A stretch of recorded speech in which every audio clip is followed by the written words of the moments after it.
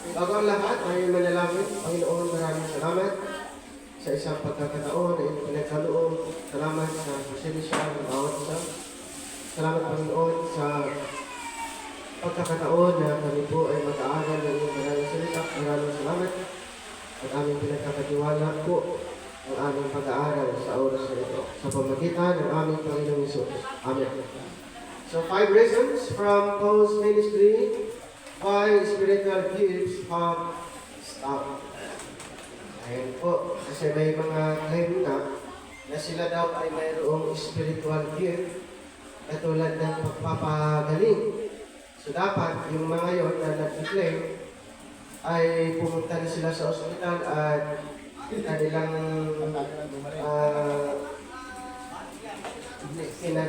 pinapanalangin yung mga may sakit at ito'y agad bumalik. Pero wala pong ganun. Okay? Sa panahon natin ngayon, wala pong binigyan ng spiritual gift dahil nga po ito'y nag-stop. Sa time ni Apostle Paul ay mayroon pong mga ilan. Pero after the ministry of Paul, at even yung sa Acts period, during the transitional period, ay mayroon pang mga gifts na nag-exist. Pero after transition, wala na po. Kaya, mapansin natin, pag may mga nagkasakit ngayon, ay lalo na kung matindi yung sakit, sa ospital agad. Okay? Pero noon, wala po ganun. Dahil agad silang pagalingin. So ngayon po, pag-usapan natin ang 5 rason from the ministry of Paul why spiritual gifts have stopped. No matter how many people desire the powers given to the kingdom apostle, so meron, pag sinasabi natin kingdom apostle, yung mga 12 apostles. Sila po yung binigyan ng authority na mag-perform ng mga miracles at maging sa pagpalayas ng mga demonyo and then healing all manner of sickness and all manner of disease. So, many people desire the powers given to the kingdom apostles and early church. So the Bible rightly divided teaches that the Spirit has stopped giving these spiritual gifts of supernatural ability. Wala na po ngayon mga kapatid. Wala na pong binigyan ng supernatural ability to perform katulad ng pagpapagaling ng mga may sakit, buhayin yung mga patay, at palayasin ang mga demonyo, at yung iba pa. Wala na po sa panahon ngayon. Okay? Pero maraming mga nag-design na sila din ay magkakaroon ng ganon. Ulitin ko po, hindi na nagbibigay ang banal na espiritu ngayon para ang bawat isa o sino man ang nag-design ay mag-perform. So, a failure to rightly divide is the reason. Many still pursue the power of spiritual gifts, disregarding the more excellent things God is doing to them. Ano pong ibig sabihin? Failure to rightly divide, ano po ang nangyayari? Dahil hindi nila alam kung ang mga spiritual gifts ay nag-exist sa panahon ngayon, maraming mga nag-design na sabi nila na hanggang ngayon ay mayroon po ang mga spiritual gifts. Wala na po. So, failure to rightly divide is the reason. Many still pursue the power of spiritual gifts. Bakit po? Hindi nila naunawaan ang salita ng Panginoon. Mayroong part sa Bible na nag-stop yung mga gifts at mayroong time na ito'y nag-operate. Pero sa panahon po ngayon, ang mga spiritual gifts ay nag-stop. Unang reason, no more ministry of Israel's kingdom. Ang unang reason po, wala na po yung ministry na para sa Israel wala na po yung kingdom ministry para sa Israel. Ito po ay nag-stop temporary. Bakit po? So nung nag-stop ang ministry ng Panginoon para sa Israel, yung spiritual gifts ay nag-stop din. Dahil ang mga spiritual gifts, it intended for the Israelites. Bakit kailangan nila ang spiritual gift? Ang Israel po, naniniwala po sila kung mayroon silang nakikita na kapangyarihan ng Diyos. According to prophecies, there would be no blind, lame, or sick in Israel's kingdom. So the power of God was given to the apostles at Pentecost as a design of Israel's kingdom power. So, bakit kailangan po? According to the prophecy, would be no blind, deaf, lame, or sick in Israel's kingdom. Kaya pala, nung nangangaral ang ating Panginoon under the kingdom program, ay pinagaling niya lahat. Bakit? Pag naghahari ang Panginoon, dapat wala ng bulag, wala ng pipit, at wala na yung may mga kapansanan, wala na yung mga may sakit. The power of God was given to the apostles at Pentecost as a sign of Israel's kingdom power. Maalala niyo po during Pentecost, mayroong mga signs na ibinigay ang Panginoon. Ito po yung sign para sa Israel na malapit na po ang paghahari. Ano sabi sa Luke 10:9? And heal the sick that are therein, and say unto them, the kingdom of God is come nigh unto you. So, ano pong rason? Bakit sila nagpapagaling ng mga may sakit? Para pag naghahari ang Panginoon, wala nang may kapansanan. Pag naghahari ang Panginoon, wala nang may sakit. Kaya pala, habang ipinapangaral ang kingdom, kasama po dito yung pagpapagaling ng mga may sakit at pagpapalayas ng mga demonyo at bubuhayin yung mga katay. As long as God, the Spirit, was ministering in Israel's prophetic kingdom, miracles and powers needed to continue. But His ministry changed when He revealed the mystery of Christ for the church. Nung i-reveal po ang mystery of Christ to Apostle Paul, ang mga miracles para sa kingdom ay ito po'y temporary nag-stop at nagbago. Nung nagbago yung program, nagbago po lahat. So yung mga kingdom signs, mga miracles, powers, at yung iba pa ay hindi na po nagmamanifest during that grace program. Ang ganda kung hanggang ngayon, di ba? Halimbawa, hanggang ngayon ay nag-operate ang kingdom ministry ng ating Panginoon. Maganda po yun. Bakit? Kasi, isa po dito sa mga pwedeng matulungan, yung mga taong may sakit. Isang ministry ng karamihan probably doon sa mga ospital. Maraming mga taong may sakit. Kung sakali na ang kingdom program ay hindi nag-stop. Pero nag-stop ang kingdom program, yun po yung patunay na maraming mga taong may kapansanan, may mga bulag, may mga taong may sakit, at marami pa. Bakit hanggang ngayon ay dumadami sila?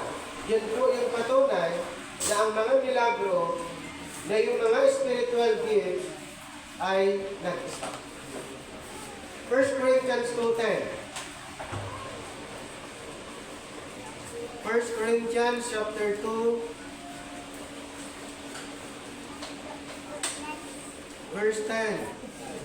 But God hath revealed them unto us by His Spirit, for the Spirit searches all things, yea, the deep things of God. And in Ephesians 3:5. Ephesians chapter 3, verse 5, which in other ages was not made known unto the sons of men, as it's now revealed unto his holy apostles and prophets by the Spirit. Whereas the Spirit-filled Peter preached Jesus according to prophecy. So si Peter, isa po siyang preacher under the prophetic program at isa po sa kanyang pinapangalan sa Acts chapter 3, starts sa verse 19 to 24. Repent ye therefore and be converted, that your sins may be blotted out when the times of refreshing shall come from the presence of the Lord. And he shall send Jesus Christ, which before was preached unto you, whom the heaven must receive until the times of restitutions of all things, which God hath spoken by the mouth of all his holy prophets since the world began. For Moses truly said, unto the fathers a prophet shall the Lord your God raise up. Unto you of your brethren like unto me, him shall ye hear in all things whatsoever he shall say unto you. And it shall come to pass that every soul which will not hear that prophet shall be destroyed from among the people.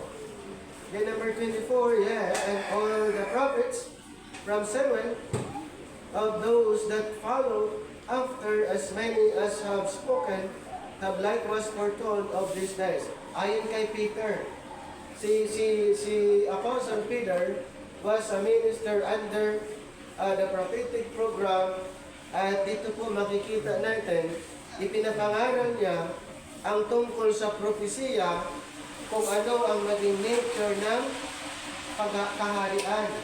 So the Spirit gave Paul the preaching of Jesus Christ according to the mystery. Pansinin po natin itong dalawang preacher, Apostle Peter and Apostle Paul. Apostle Paul was introducing Christ according to the mystery, while Peter introducing Christ according to prophecy. Mayroon pong pagkakaiba ang kanilang presentation. Kay Apostle Peter, since the world began, ito po yung prophecy. Kay Paul, kept secret since the world began. In Romans chapter 16:25, now to him that is of power, establish you according to my gospel, and the preaching of Jesus Christ according to the revelation of the mystery which was kept secret since the world began. Apostle Peter was introducing the Lord Jesus Christ according to the prophecy, and Paul introducing the Lord Jesus Christ according to the mystery. Ang kaibahan po dito mga kapatid, si Apostle Peter, ipinapangaral niya ang paghahari ni Kristo dito sa lupa. At si Apostle Paul, ipinapangaral niya na ang conflict na ginawa ng ating Panginoon sa cross. So Israel's kingdom required the presence of supernatural healings and powers. Ulitin ko po, ang Israel's kingdom, ano pong ni-required on? Yung supernatural healing and powers. The mystery message of the church revealed to Paul had no such prophetic necessity. Kaya nga, pinag-usapan natin kanina, failure to rightly divide ay pipilitin nila na yung nangyari noon ay gusto nilang dapat ngayon din ay mangyayari. Wala na po. Bakit? Ibang programa. Pangalawang rason, no more signs to Israel. So isang rason po bakit nag-stop ang spiritual gifts, no more signs to Israel. Wala na pong signs. The ministry changed. The ministry changed. Nagbago na po ang ministry. Hindi na po katulad noon. So the ministry changed by the Spirit is what inevitably caused the spiritual gifts to stop. However, Paul and the Gentiles of the early church were also given power from the Spirit. But why? The spiritual gifts given to the early church were signs to Israel that God was doing a new work through Paul and the Gentiles to build a new king.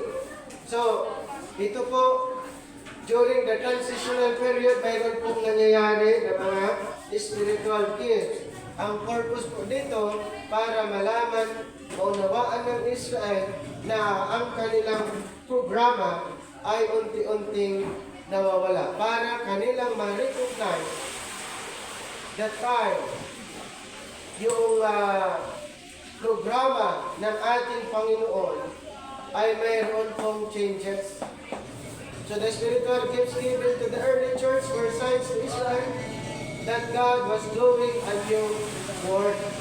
2 Corinthians 5:17. Therefore, if any man be in Christ, he is a new creature. All things are passed away. Behold, all things are become new. And in Galatians chapter 3, 2-5. Ito po yung mga patunay na mayroong changes sa programa ng ating Panginoon. At ang good news po, tayo po ay bahagi doon sa panibagong programa. Kaya nga ang napakaganda po, under our time, ang salvation ay work ng ating Panginoon. Ang part lang natin maniwala sa Ebanghelyo. Noon, kailangan ang taong mag-perform. Noon, kailangan i-observe ng tao ang kautusan ni Moses. Kailangan ng tao na mag-alay ng mga sacrifices para po sila ay magkaroon ng kaligtasan. Kailangan po ang tao mag-perform.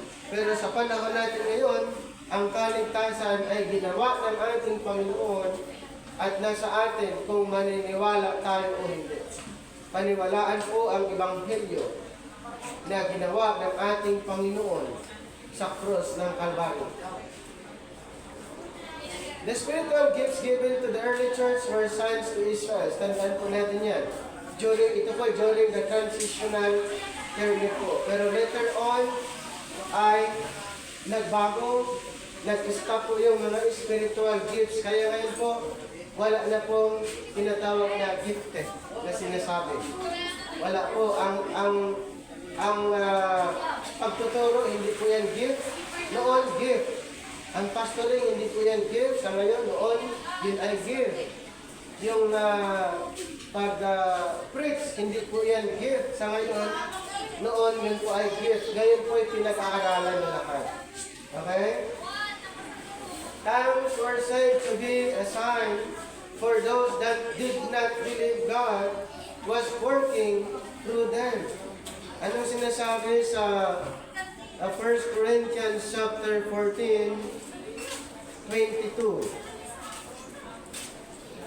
Wherefore tongues are for a sign, not to them that believe, but to them that believe not, but prophesying serveth not.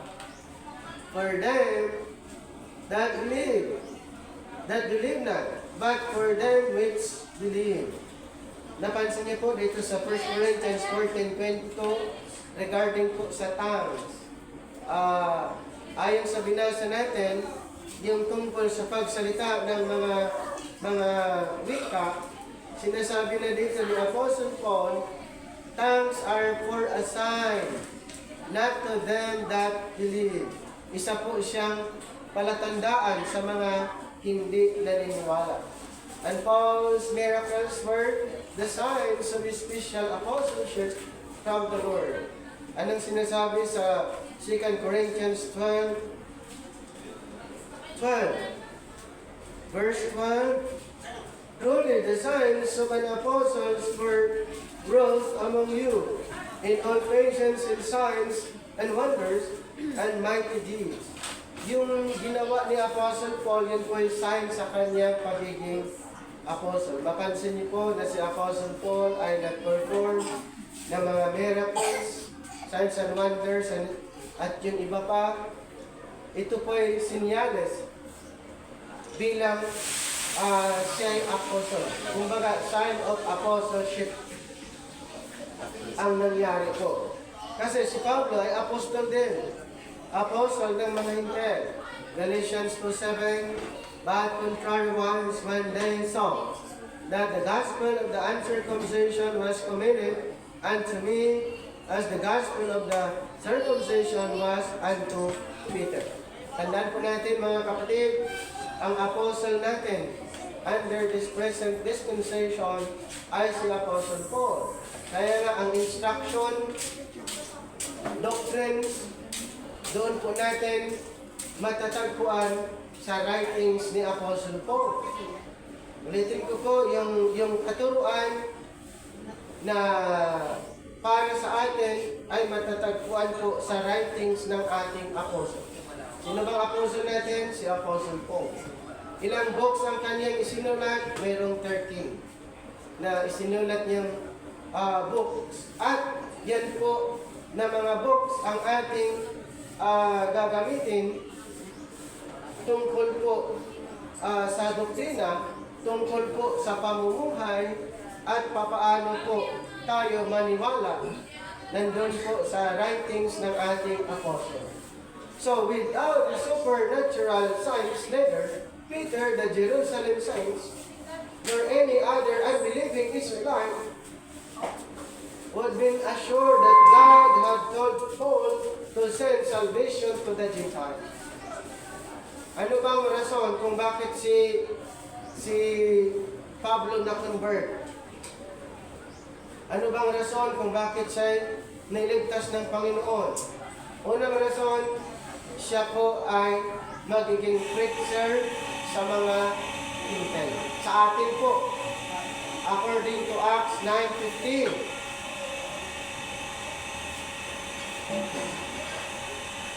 But the Lord said unto him, Go thy way, for he is a chosen vessel unto me, to bear my name for the Gentiles, before the Gentiles and kings and the children of Israel.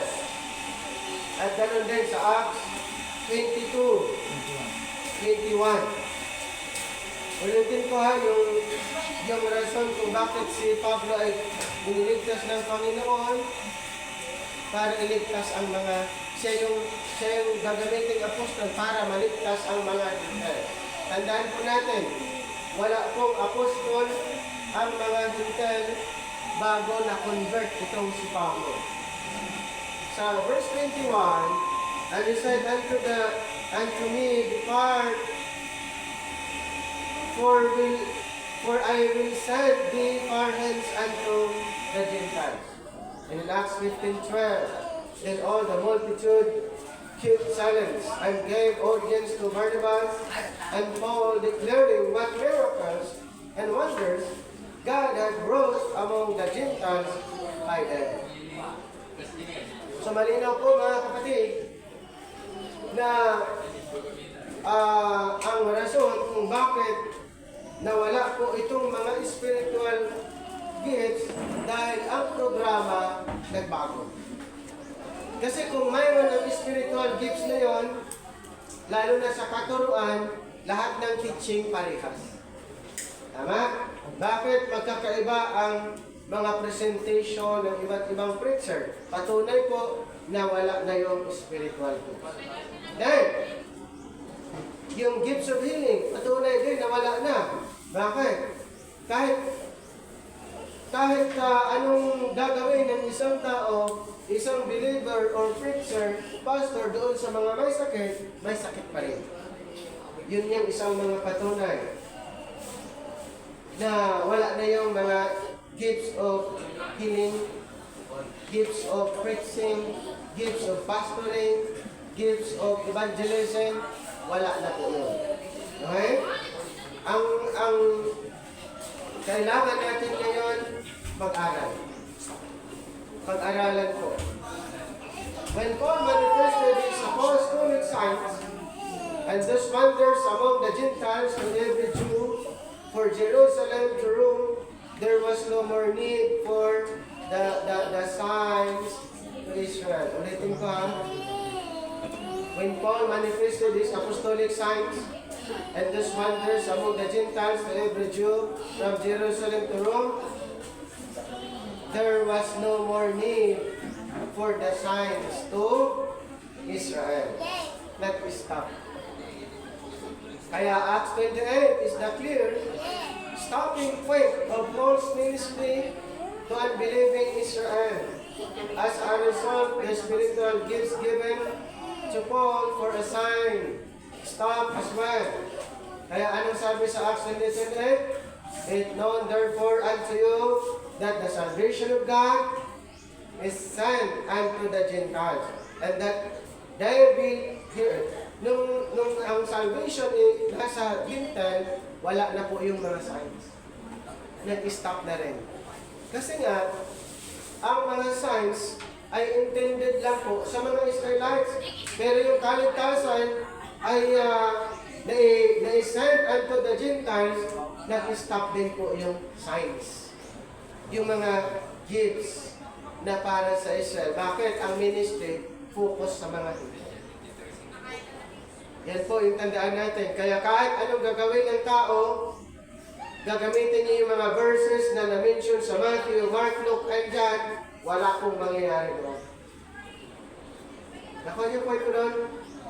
Yung may mga andun, yung may pilay, nakalakad, yung bulag na nakita, yung mga may mga kapansahan, lahat during that time. Ngayon po, wala. Kahit pupunta kayo dun sa mga may pilay pa rin. Kahit ipanalangin nyo, yung may bulag pa rin.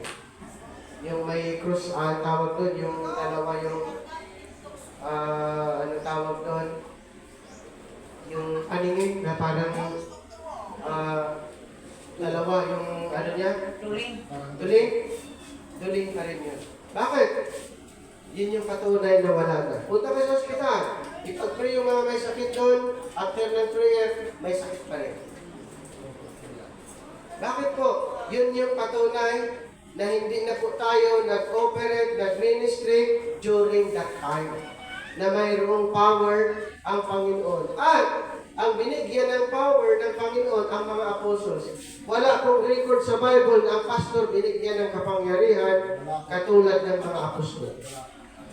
Sa Bible po, very clear. Ang mga 12 apostol binigyan ng kapangyarihan to heal the sick, cleanse the lepers, raise the dead, cast out devils. Wala kayong mabasa sa Bible na ang pastor binigyan ng authority na magpagaling, buhayin yung patay, palayasin ang demonyo. Wala. Okay? So ulitin ko, may changes sa programa. Nung ang kaligtasan ay sent unto the Gentiles, ang programa regarding spiritual gifts, nag-stop. Kasi sa kanila po yun intended. When considering this reason, it is important to remember just because the powers of the Spirit stop at Acts 28 does not mean anything new is started there. Pangatlong rason kung bakit nag-stop ang spiritual gifts, no more Israel. Wala na eh. Hindi na pinag-usapan ngayon ang Israel. No more. Bakit? Salvation is sent unto the Gentiles. Ang issue ngayon, mga hintel. Sino ba yung mga hintel? Tayo. Hindi tayo kasama sa 12 tribo ng Israel. Ang tawag sa atin, mga hintel. Okay? At ang apostol natin, hindi yung 12. Ang apostol natin, si Apostol Pablo. Yan po yung dapat maging clear sa atin para hindi natin paghahaluin ang nilalaman ng Scripture. Kasi mahirap po yung nag-mix ang teaching, hindi mo na alam kung para kanino yung katuruan ang ipinapangaral natin. Signs and powers were promised to God's earthly nation. Sino po yun? Israel. Miracles preferred their history as God operated by their covenant of promise. When Israel stumbled at the cross and fell by rejecting the means of forgiveness preached by the 12 apostles, Israel lost its spiritual standing with God in part, as they were blinded. Sino po itong mga Israelites? Tandaan po natin, pumili na nga ang Panginoon ng mga 12 apostles para sa 12 tribes of Israel, pero ang ginawa po nila, pinatay nila ang Mesyas, na supposed to be yung long-awaited Messiah, pero ang ginawa po nila ay kanilang pinatay ang Mesyas. Nireject po nila ang Mesyas. Kaya yung mga 12 apostles ay pinadala ng Panginoon actually para sa mga Israelites, pero ang nangyari, hindi po nila pinaniniwalaan. Kaya kinonklud sa Romans 11, 7 to 10 na ang Israel ay blinded. Hindi nila naunawaan.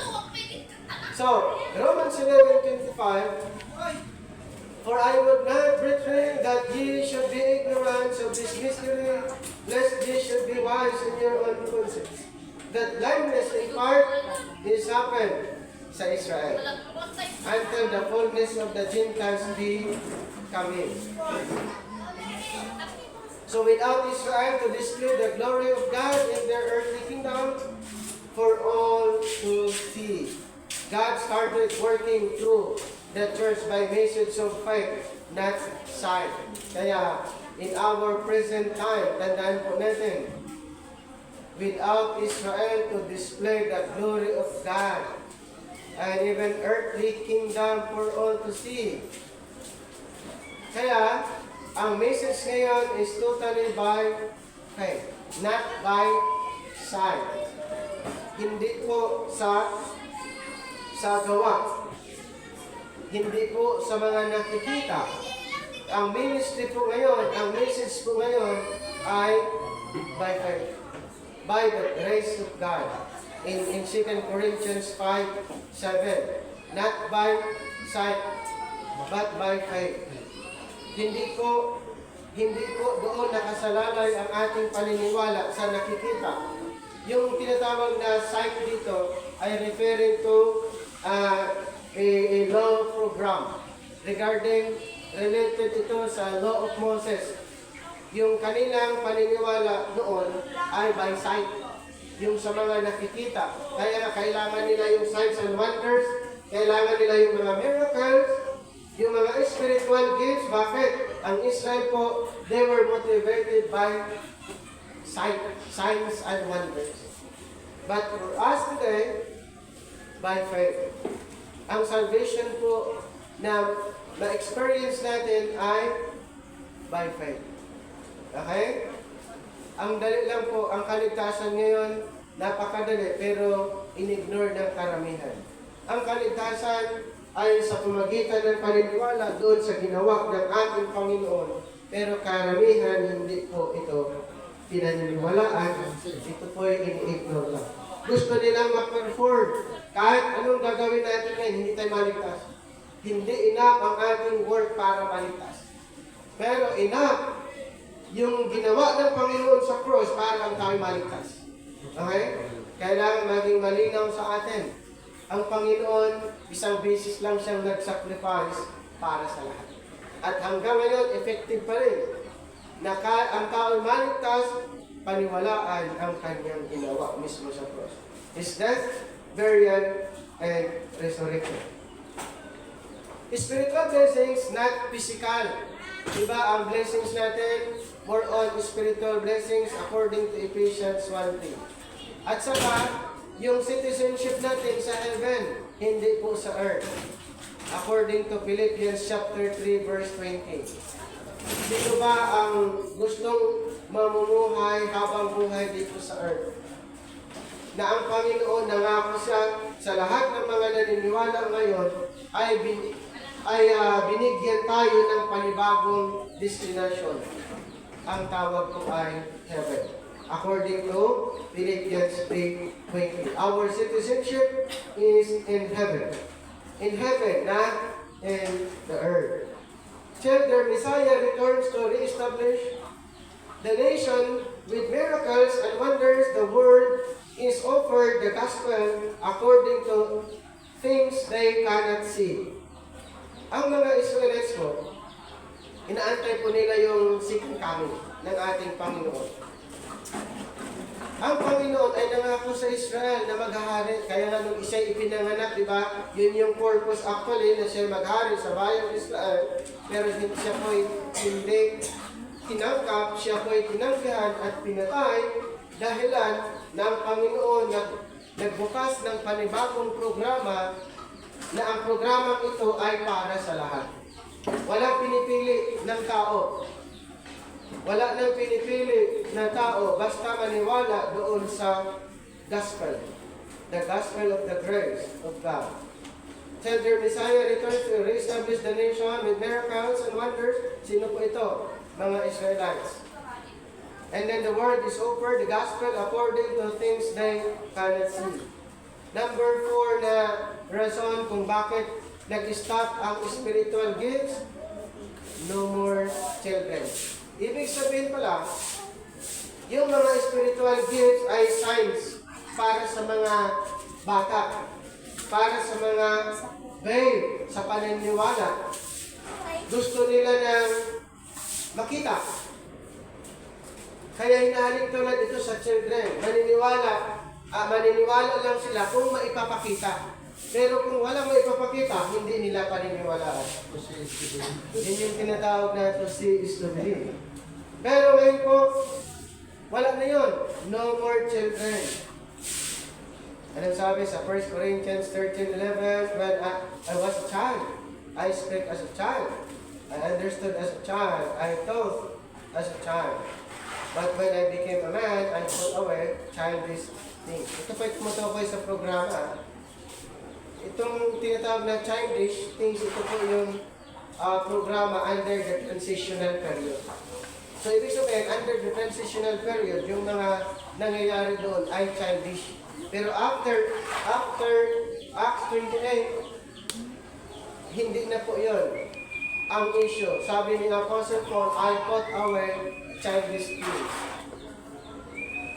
So, when under the law, God counted his ears as children. Miracles were God's provision for his dispensation of children, dispensational children. But as we are no longer under the law, the church is counted as full-grown sons, walking by the knowledge of Christ, and not by what they see of the Spirit's manifestations and power. Ibig sabihin pala, yung tinatawag na children na katuruan ay yung under the law. Tayo na mga believers ngayon ay under po tayo doon sa tinatawag na full-grown sons. Ibig sabihin, hindi tayo under doon sa category or level na pangbata. Doon tayo ini-level sa mature. Okay? Doon sa mga mature. Walking by the knowledge of Christ and not by what they see. Hindi tayo na-motivate doon sa nakikita. Katulad ng mga Israelites na ihinalin tulad sa bata. Hindi na po ganoon ang sa panahon natin ngayon. So, not by what they see of the Spirit's manifestations and power. Anong sabi sa Romans 6:14? Romans chapter 6:14, for sin shall not have dominion over you, for you are not under the law, but under grace. Ganun din po sa Galatians 4:5 and Ephesians 4:13. Tandaan po natin, we are not under the law of Moses, but we are under the grace of God. We are not under doon sa childish teaching. We are under po sa manhood teaching. Hindi tayo under sa immature teaching, but under po tayo doon sa mature teaching. So ano pong pinupoint ni Apostle Paul? Ibig sabihin, after the transitional period, ito po ang description ay full-grown sons or mature or manhood. Pero yung during the transition, ito po yung tinatawag niyang childish things, referring po sa mga katuruan under that time. Ano po yung mga teaching during the transition? Yun po yung mga spiritual gifts. Ibig sabihin, ang mga spiritual gifts ay nangyari that time para ang Israel maniwala. Kasi maniniwala lang sila kung may nakikita. Okay? May doon lang po sila na-motivate. 2 Corinthians 12:9, and he said unto me, my grace is sufficient for thee, for my strength is made perfect in weakness. Most gladly, therefore, will I rather glory in my infirmity, that the power of Christ may rest upon me. So the manifold wisdom of God refers to the church explains God's purpose to make us complete in Christ. Anong sabi sa Colossians 2:10? We are complete in Christ. Hindi na tayo naling tulad doon sa babe. Hindi tayo naling tulad doon sa bata. Hindi tayo naling tulad doon sa mga katuruan na applicable sa mga Israelites. So ang description sa atin, we are complete in Christ. Anong sabi sa 1 Ephesians 4:14? No more children. Tosto and fro. Hindi tayo inaling tulad doon. Kaya ayon doon sa Ephesians 4:14, be no more no more children. Basahin natin Ephesians 4. That we henceforth be no more children tossed to and fro, and carried about with every wind of doctrine, by the sleight of men, and cunning craftiness, whereby they lie way to deceive. Hindi na po tayo inahaling tulad sa children. Tosto and fro. Yung pabago-bago ang isip. Dapat ngayon po, mayroon na po tayong stand. Alam na po natin yung ating stand. Dapat alam niyo po yung gospel natin. Ano bang gospel na pinaniniwalaan natin? Yung gospel of the grace of God. Ang gospel na nakabase po doon sa cross, doon sa ginawa ng ating Panginoon. Dapat doon po naka-base ang ating ebanghelyo. So ang kaligtasan po ay nakabase po doon sa ginawa ng Panginoon mismo. Hindi yung siya ipinanganak. Naku po, maliit na po ang magiging ebanghelyo ng kaligtasan nyo kung ang paniniwalaan nyo yung kanyang birth. Hindi po. Ang ebanghelyo ngayon, para ang tao maligtas, yung kanyang ginawa mismo sa cross. Kaya nga siya namatay para iligtas tayo eh.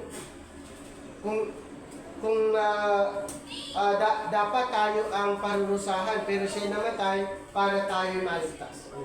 Hindi yung siya ipinanganak, hindi po yun. Yung ginawa niya sa cross. Doon tayo maliligtas kung paniniwalaan natin mismo ang kanyang ginawa sa cross. To operate as such, it requires that we continue not in the things of children, but in the things more excellent. 1 Corinthians 12:31 at ganun din po sa 1 Corinthians 13:13. Number 5, ito po yung last. No more scripture. Hindi na po katulad noon na yung pag may mga signs and wonders, sinusulat pa yun. Ngayon tapos na, kompleto na po. Hindi mo na pwedeng dagdagan pa ang Bible. Complete na ang scripture, ang part natin, pag-aralan natin.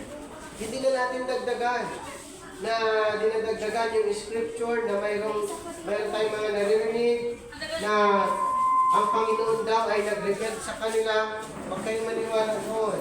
Ang Bible, complete na po. So wala na po yung isang panglimang rason kung bakit wala na yung spiritual gifts. No more scripture. Tapos na po. So, without the spiritual gifts, the inspired scriptures could not have been written and identified by the early church. 1 Corinthians 14:37, if any man think himself to be a prophet or spiritual, let him acknowledge that the things that I write unto you are the commandments of the Lord. Ulitin ko po si Apostle po yung pinakalast na nung nag-reveal ang Panginoon para isulat yung mga revelation, si Pablo po yung last. Wala na pong iba. Okay? Wag kayong maniwala na mayroong iba na pinag-revealan ang Panginoon. Ang last, si Apostle Paul. Complete na ang Bible, hindi na natin pwedeng dagdagan. Ang Biblia natin, complete na. Ang kulang na lang tayo na mag-aaral. Okay? While many supernatural powers had stopped before the Bible was complete, such as healing. Example po kung bakit yung healing ay nag-stop po yung gift na yon, gift of healing. Ito example sa 2 Timothy 4:20. 2 Timothy 4:20. Erastus abode at Corinth, but Trophimus have left at Miletum sick. Bakit iniwan na lang? Di ba? Itong si Trophimus ay faithful minister. Kung mayroon pa yung gift of healing, dapat pinagaling. Bakit? Ang sipag nito co-worker ng ating co-worker ni Pablo at nagkasakit, iniwan na lang may sakit. Patunay po na wala na po yung gift of healing. Okay? Yun po yung patunay na wala na yung gift of healing. During that time, iniwan na lang siya sa Miletus. Itong si Trophimus na may sakit. Okay? And the Spirit still supernaturally moved meant to write the rest of the Bible in 2 Timothy 3:16. Kaya, lahat po ng nasa Bible ay yun po yung revelation. Yun po yung revelation ng Panginoong nasa Bible. Yan ang tanong, pag may sakit, pwede bang mag-pray? Pwedeng mag-pray. Kung gumaling, answer, sagot ng Panginoon. Kung hindi, baka may iba pang mga kapamaraanan ang Panginoon. Pero noon, yung tao mismo, yung pag-itouch lang, gumaling agad. Anino lang ni Pedro, gumaling agad yung tao. Dumaan lang si Pedro dun sa may sakit, gumaling. Ngayon po wala. Pero pwedeng mag-pray, request for doon sa mga may sakit, and then ang Panginoon ay in accordance to God's will, mapapagaling, or mayroon pang ibang paraan, pwede. Pero wala na pong tao ngayon na binigyan ng gift para pagalingin yung may sakit. Wala pong gano'n. Kasi kung mayroong gano'n, dapat nung COVID, lumabas sila. Dapat hindi puno ang ospital during that time. Bakit puno lagi ang ospital? Bakit laging puno? Dahil maraming may sakit. Saan na yung mga tao nag-claim na mayroon silang gift of healing? So, ulitin ko po, pwedeng mag-pray ang Panginoon ang gagawa doon, answered prayer. Pero wala na pong taong binigyan ng gift para siya mag-perform. Sa Bible po, ang binigyan lang po ng gift, apostles. Kaya nga minensyon natin kanina, walang kahit isang pastor sa Bible mababasa na siya binigyan ng gift of healing. Kaya mag-ingat po tayo sa mga nagpikling sa panahon ngayon. Huwag kayong maniwala doon. Bakit? Ang Bible kompleto na. Hindi na pwedeng dagdagan yun na isulat, idagdag pa yung mga nangyayari. Ang Bible kompleto, hindi na pwedeng dagdagan at hindi na rin pwedeng bawasan. Ang part natin pag-aralan kung ano yung nandun sa Scripture. Once all Scripture was complete and the canon was fully revealed, the need for further supernatural manifestations of the Spirit goes away. Kompleto na ang Bible. Ang Bible natin, kompleto na. Okay? Where the completed canon of the Scripture is questioned, the desire for spiritual gifts will abound. where the sufficiency and inerrancy of the Scripture is upheld. Man will be equipped with God's Word rightly divided instead of false hopes of the Spirit's manifested powers. As a conclusion, no more spiritual gifts. After the dispensational change from prophecy to mystery, Paul knew that the spiritual gifts would not last and began immediately preparing the church for the time when they would vanish. Ano sinasabi sa 1 Corinthians 13:8? Charity never fails, but whether there be prophecies, they shall fail. Whether there be tongues, they shall cease. Whether there be knowledge, it shall vanish away. So, na-mention na kasi na mayroong hangganan. So, ang hangganan nito after Acts 28. Sinasabi doon, "Be it known unto therefore that the salvation of God is sent unto the Gentiles." Bakit po? Yung mga spiritual gifts, mga gifts na yun ay para sa Israel.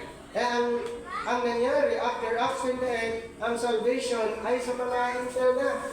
At hindi po ni-required sa atin yung mga ganong klaseng manifestation na ginawa ng Panginoon sa mga Israel. Failing to rightly divide prophecy from mystery leaves people thinking that the miracles performed by the apostles and early church is our pattern.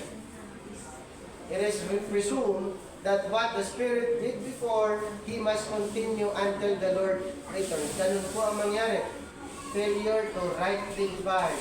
Karamihan nag-assume na yung nangyari noon, gusto pa nilang gagawin ng Panginoon sa ngayon. Pipilitin nilang gagawin ngayon. Tapos kung hindi magyayari, magtatampo sa Panginoon. Okay? Ibang programa po tayo mga kapatid. Hindi tayo under sa programang punong-puno ng milagro. Hindi tayo ilalim sa programa na punong-puno ng mga sign gifts, spiritual gifts. Hindi po. Bakit? Yung mga programa na yan inahalin tulad sa programang pangbata. Ano sabi ni Apostle Paul, binasa natin kanina, yun ay mga childish things. But hindi tayo ilalim doon sa programa na childish.